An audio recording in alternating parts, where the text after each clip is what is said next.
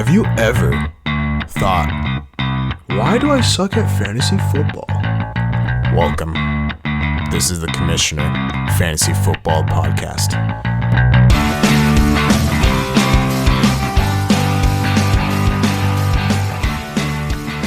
And welcome to another episode with the Commissioner, your host, and hopefully your guide to a successful fantasy football season.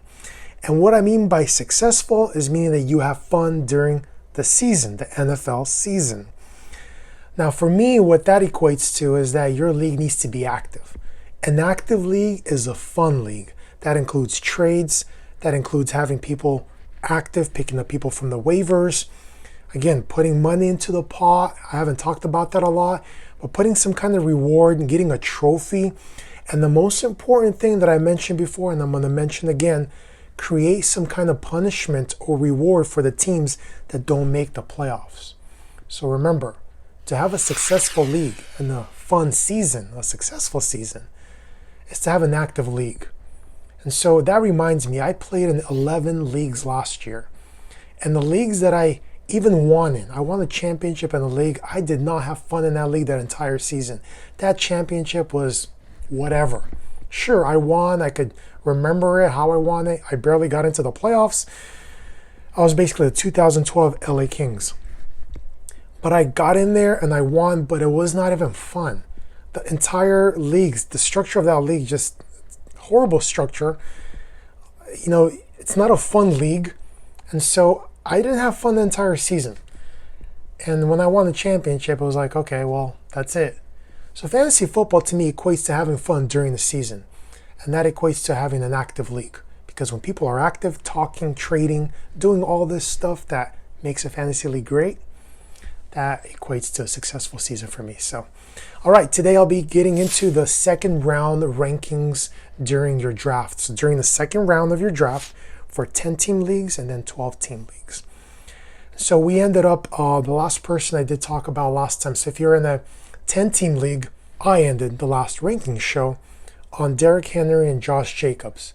These are really good second round draft picks if you're in a 10-team league. Josh Jacobs and Derrick Henry in the beginning of the second round, great. They are great picks. So if you're in the 12-team league, these guys, for me, they belong in the first round. So hopefully you understand what I'm talking about. You're not confused between the 10-team league and the 12-team league. So going first, I'll be ranking based on the 10-team league. That's usually what I rank. That's what I'm gonna, most leagues that I play in are 10-team leagues. So let's go ahead and begin with number one in the second round ranking. So the first person here is, I have Chris Godwin. Now, again, he's had success in the past. Last season, he came into fruition. He's very talented. For me, he's up there with the Michael Thomas-like. The way he runs his routes, the way he catches the ball. Again, his quarterback has been Jameis Winston and Fitzpatrick at times the year before. But now he has Tom Brady. And again, Tom Brady is a very accurate quarterback. And he loves receivers that run slant routes. Edelman was very successful with Tom Brady. Again, there's the unknown, right? We have the unknown with Tom Brady. But Chris Godwin's talent, the way he runs his routes, he is a top-notch wide receiver, and he should be going in the second round, beginning of the second round for sure. For me, I have him ranked right at the beginning of the second round. He's a wide receiver to get. If Tom Brady is healthy and is just a normal Tom Brady, in this system, they will pass a lot. And I think Chris Godwin is up for another really good season. All right, at number two, this is my man. I love this running back. For me, he's in the beginning of the second round, and I can even make an argument for him going in the first round, the end of the first round, and that is Joe Mixon from the Cincinnati Bengals. I love watching that guy play, just like Josh Jacobs. Him and Josh Jacobs, I think, they're my guys. These guys, I love watching them play. I think they're very talented. And the only problem with these two running backs, the only problem is they're not, well, two problems. They're not on really good offensive teams, at least not yet. but they don't catch the ball enough for them to be in consideration in the early, middle, first round. So hopefully for me, I'm banking on them taking a step up and catching passes, having more catches during the season, and of course, hopefully staying healthy. So Joe Mixon for me is at number 2 in the second round rankings. All right. Number 3 is another wide receiver. I love this guy as well, Kenny Golladay. He's super talented. He's almost like a Calvin Johnson-like, but he hasn't hit that mark yet just because the passing volume might not have been there enough. But last season, there was glimpses of that with Kenny Golladay. He should be going in the second round, early, middle, second round. So he's third on my list in the rankings.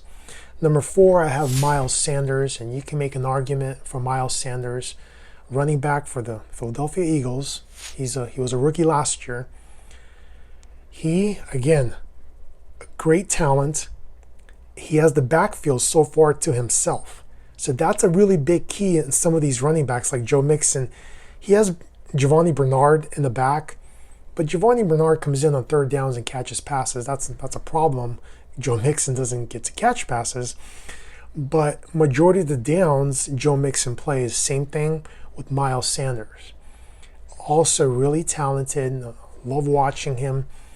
So the only thing with Miles Sanders is you want to make sure that you might need to take his handcuff, and that's Boston Scott, because when Miles Sanders went down last year, Boston Scott looked like a Darren Sproles. This guy was just super fast, again, catches the ball, is another good running back. So the only thing for me with Miles Sanders is that he has a really good backup that they might use because they used him last year. So that's the only thing to watch out for. That's why I have him ranked a little lower behind Joe Mixon and the running backs at least. So number 4 is Miles Sanders. Number 5, and a lot of people can make this case for him to be earlier in the second round, and I wouldn't disagree with it, but it's going to a new position that we haven't talked about. We've been drafting running backs and wide receivers. Here's a tight end that needs to be taken in the second round. Early second round's okay with me. Middle of the second round is great, and if you get him in the late second round, big win. And that's Travis Kelce from the Kansas City Chiefs.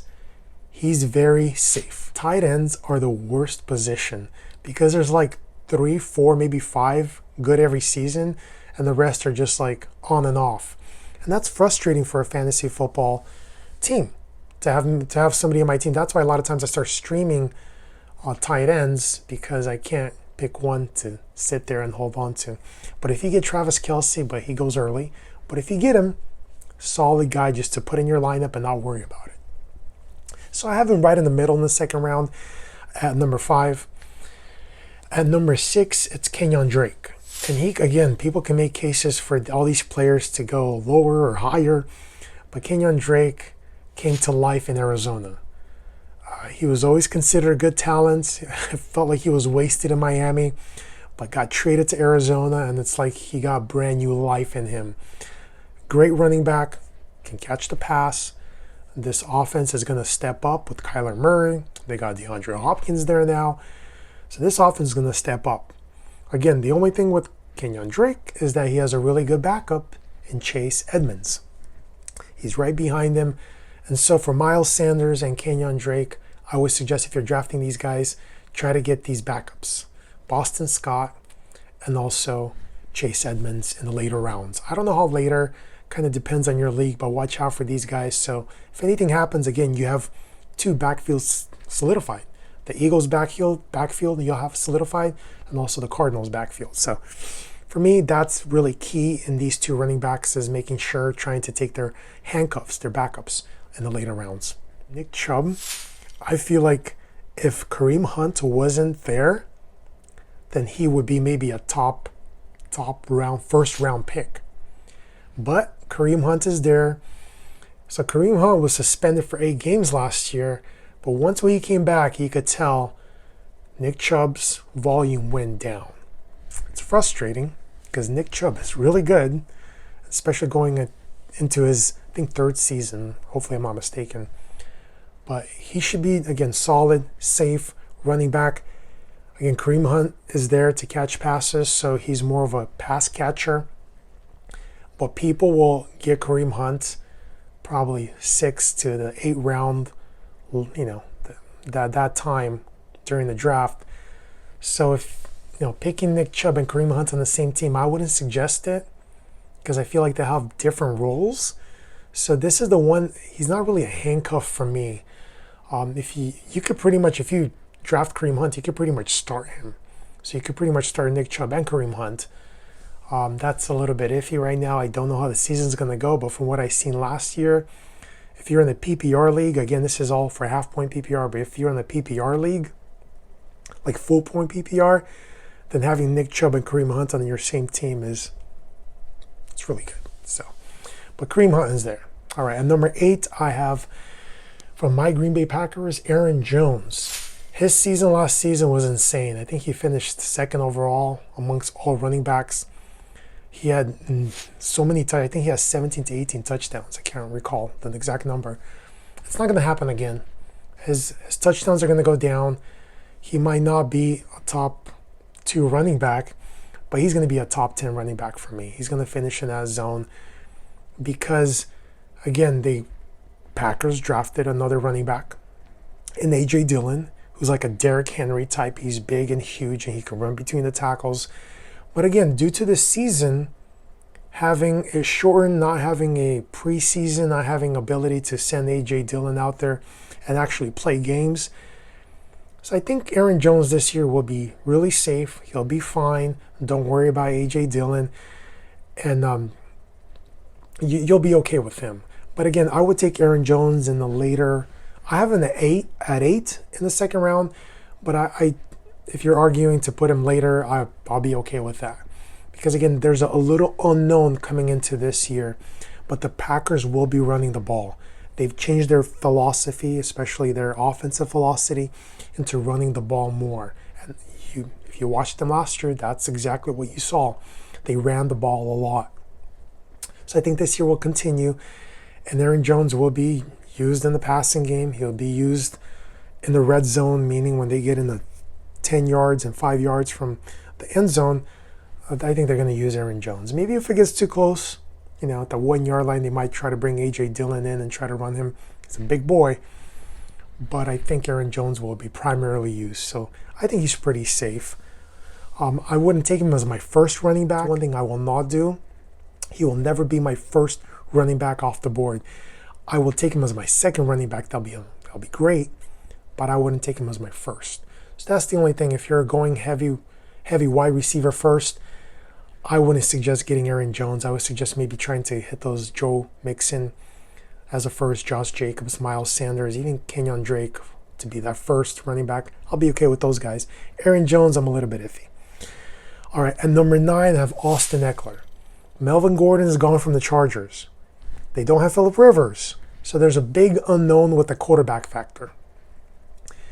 Again, Austin Eckler is more safer in full PPR leagues.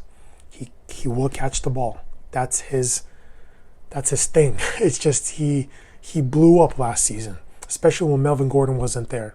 So they're going to use him. The backups on the Chargers, they could be useful as well. But Austin Eckler is another great pick in the second round, middle to late second round, solid pick. All right, so we move on, and here comes the second tight end at number 10, George Kittle from the San Francisco 49ers. Again, the only thing with the 49ers is they don't pass a lot, but when they do, they'll give it to Kittle, and he can make plays. This guy is a Superman for a tight end. He can do the impossible, and I've seen it with him. So at the end of the second round, really safe pick for a tight end if you're looking for a tight end. I wouldn't take him in the late second round, but for me personally, I would take him maybe if he's there in the third. I don't take tight ends, so thinking about it now, I'm like, I don't know if I would take him in the third, middle third, or late third. I don't know. But if he's there in the third and you want a safe tight end that you can plug in and leave them there, George Kittle's great. So in the 12-team leagues, 2 more picks for you guys at the end of the second round. It's going to be Amari Cooper at number 11 and DeAndre Hopkins at number 12. All right, Amari Cooper. This guy, again, the only problem with this guy is he's on and off. It's like he could disappear. And now they got CeeDee Lamb. They have a good tight end in Dallas, Jarwin. Again, Michael Gallup is there, and for me, Michael Gallup is my favorite. And I think CeeDee Lamb will take away something now from Michael Gallup, but he'll take away from Amari Cooper. There's a lot of ifs about Amari Cooper. But if this guy is on, then he's a great pick. And I wouldn't mind even taking him as my first wide receiver. But there's a lot of still ifs about him. He had success last year. If you look the way he finished the season, it was great. But his per game, from game to game, it varies. He could lose you a week, which sucks, but he can win you a week. And then there's DeAndre Hopkins, the guy who used to go as the first wide receiver off the board for years. Now, for me and for a lot of analysts out there that are reviewing and ranking players, there's a big unknown. I really dislike when wide receivers go to a new team. Like I had a situation with Antonio Brown. I had him in the Dynasty League. He went to the Raiders before all the crazy stuff happened. He got signed with the Raiders. I traded him. I traded him exactly for Kelsey and a few rookie draft picks, but I traded him for, that unknown to me, knowing that one player was with one team and DeAndre Hopkins was getting about 40% of the share, the passing shares in Houston. Now he comes to this team. I don't know what's going to happen. I have no clue. So there's a big unknown, and that's why he's at the bottom of the second round. He's talented. He is great. He will be great. If he gets the volume, he might finish as a top 5 wide receiver. There's a great chance. So he's going that late. If I see him in the late second round, beginning of the third round, I'm probably taking DeAndre Hopkins. Even though I don't like taking wide receivers especially wide receivers that went to a new team. But in this situation, if he's there, I'll probably be taking him. Other names in consideration this is where a lot of people take Lamar Jackson, which I'm okay with. I wouldn't do it personally, but I'm okay with.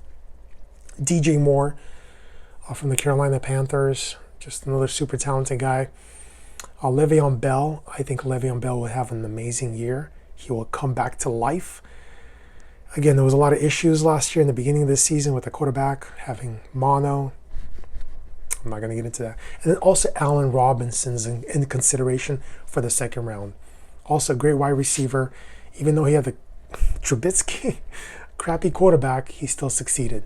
And if Nick Foles plays, Allen Robinson can go off. I think he could get into the top 10 for sure, but maybe even top 5 with Nick Foles. So these are the players. Again, hopefully this helps when you're going into your second round to know the guys who are going in the second round and the guys to take. So for me, these are the guys I'm focused on in the second round. It's very helpful to think about it. And again, plan your drafts out. So when you're there, have the names that you want to get and have a backup guy. So if you can't get a Joe Mixon and Kenyon Drake is there and your backup is Kenyon Drake, take Kenyon Drake. But again, always take the talented players. Don't take somebody too early. That's a bad philosophy. And again, in these first 2 rounds, you're not trying to shoot for the stars to get a lottery pick, like somebody that you think is going to go off.